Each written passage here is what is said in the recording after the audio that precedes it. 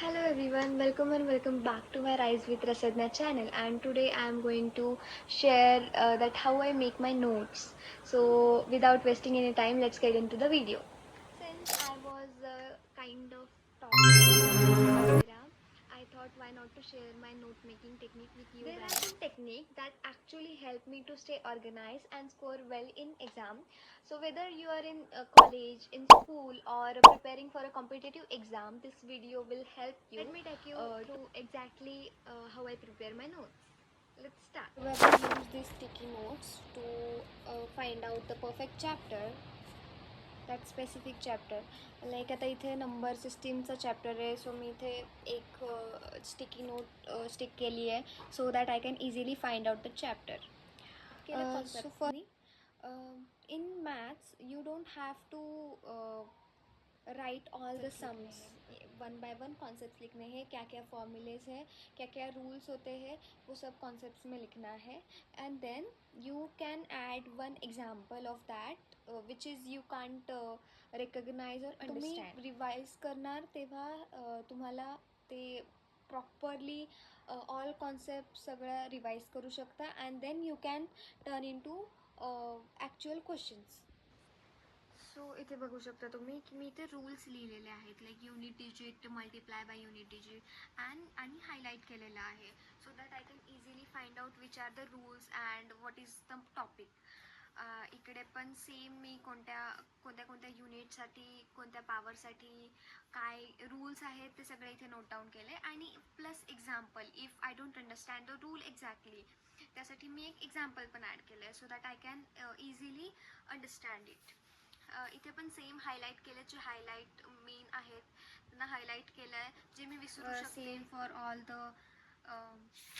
Examples.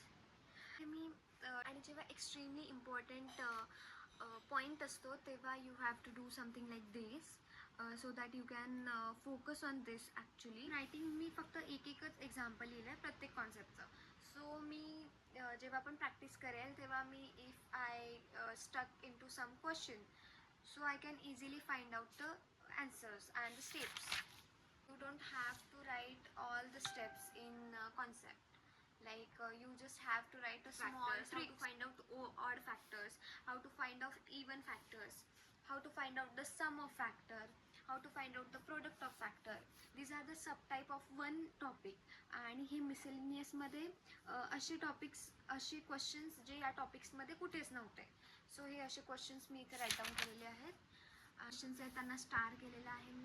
जेव्हा पण तुम्ही नेक्स्ट चॅप्टर स्टार्ट कराल त्याच्या आधी प्रिव्हियस वन चॅप्टर जो आहे त्याच्यासाठी तुम्ही एक पेज सोडा, so you can write on that all the stuff, many important points as well. And here a new chapter started. New चॅप्टरसाठी मी अजून स्टिकी नोट्स नाही लावल्यात, विसरली आहे, तिथेच लावेल आता. आणि हे असे क्वेश्चन सॉल्व केले. आता ह्याच्यामध्ये पण कॉन्सेप्ट जास्ती नाही आहेत. आता या चॅप्टरमध्ये कॉन्सेप्ट जास्ती होत्या, so I wrote down this all the concepts and all the rules. But in this chapter concept जास्ती नाही आहेत, ओनली 1 or 2 कॉन्सेप्ट. सो मी ओनली क्वेश्चन. HCF कसा काढायचा in simple way, what is a traditional method. LCM कसं काढायचं in simple way, traditional method. आणि इकडे ट्रिक्स लिहिल्यात मी. तुम्ही दरवेळेस असं करून तर HCF LCM नाही काढू शकत, लसावी मसावी for the Marathi students. So इथे मी फॉर्म्युला लिहिल्यामध्ये you can use different pen. त्यानंतर मी खाली 2 क्वेश्चन सॉल्व करून what does that formula highlighted ones. आणि इकडे पण सेम मी सगळे क्वेश्चन्स लिहिले आहेत, सगळ्यांची प्रॅक्टिस सॉल्व केली आहे. पण हे सगळे एक क्वेश्चन आहे एक टॉपिकसाठी. Okay, it's not a practice book is वेगळी येते, वेगळी करायची. आणि आय सजेस्ट की एक कॉन्सेप्ट बुक वेगळी आणि एक प्रॅक्टिस बुक वेगळी फॉर द मॅथ्स प्रॉब्लेम्स. आणि इकडे सगळं लिहिलं आहे मी. इथे पण क्वेश्चन सॉल्व केलेले आहेत. एवढे सम्स बघितले तर I can understand whole chapter. अशी एक बुक आणि एक practice book so that you can easily revised at the time of your exam. The theoretical subject, so here it is a geography. So मी काय केलेलं आहे, geography subject name, topic name, आणि ते शॉर्टमध्ये nearest galaxy which is a nearest Galaxy.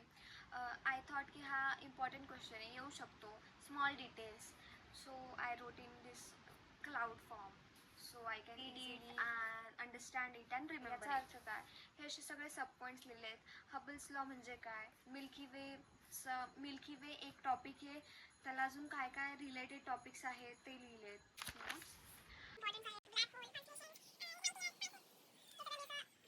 आणि इकडे आपण टर्न केलं तर इथे ॲक्च्युली जास्त चांगले दिसतात बिकॉज कलर पेन यूज केलेत. So you can see the difference between the normal notes and decorative notes.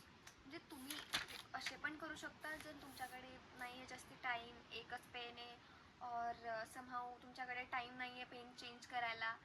जेव्हा तुम्ही क्लासेसला ॲक्च्युली अटेंड करतात क्लासेस, तेव्हा तुम्ही अशा नोट्स काढू शकता. पण जेव्हा तुम्हाला टाईम असतो, तुम्ही घरी असता और लायब्ररीमध्ये असता, जेव्हा तुमच्याकडे सफिशियंट टाईम आहे नोट्स काढण्यासाठी आणि जे की इम्पॉर्टंट आहेत, तर त्यात तुम्ही असे नोट्स काढू शकता की वेगवेगळे पेन यूज करून. त्याचा इफेक्ट लगेच ह्याच्यात पण समजतं, ह्याच्यात पण समजतं, बट हे वाचायला जास्त चांगलं इफिशियंट वाटतं. सो यू कॅन रीड दिस. आणि हे वाचायला पण छान वाटतं, आणि हे वाचायला पण छान वाटतं, अभ्यास करायला पण छान वाटतो. So rather than this, if you can try this also.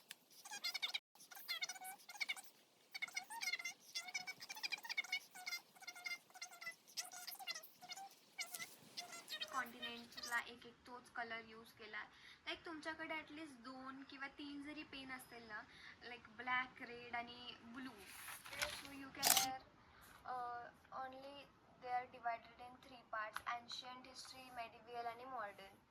प्राचीन, मध्यकालीन आणि आधुनिक मे बी. तर त्याच्यामध्ये असे फ्लो चार्ट्स तुम्ही काढू शकता. जर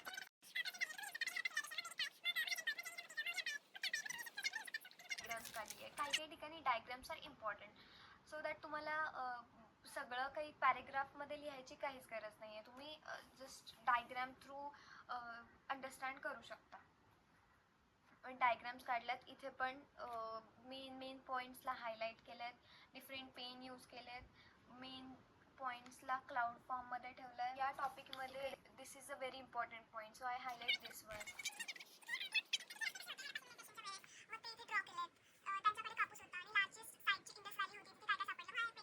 या टॉपिकशी रिलेटेड नाही येतो पण विच इज इम्पॉर्टंट, सो मी असं त्याला वेगळ्या बॉक्समध्ये करते.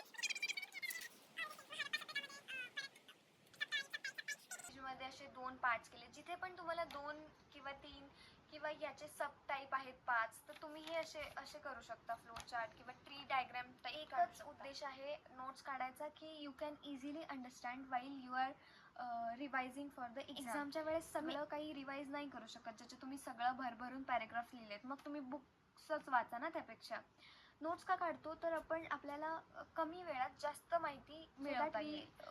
मेक नोट्स, त्यासाठी आपल्याला पसारा नाही लिहायचा आहे पूर्ण, आपल्याला शॉर्टमध्ये गोष्टी लिहायच्या, शॉर्टमध्ये कळतील अशा.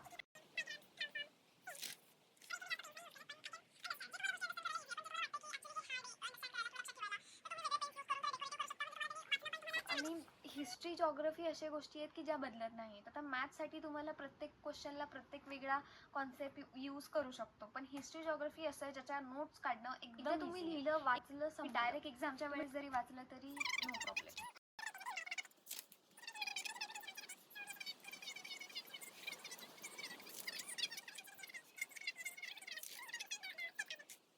मगाशी म्हणले एक पेज सोडावं, ते मी इथे एक पेज सोडलं. इफ जर मला एखादा क्वेश्चन दिसला जो लाईक इम्पॉर्टंट आहे पण त्याची कुठेही एन्शियंट हिस्ट्रीमध्ये माझ्या नोट्समध्ये मी लिहिले नाही आहे, तर ते मी इथे लिहू शकते.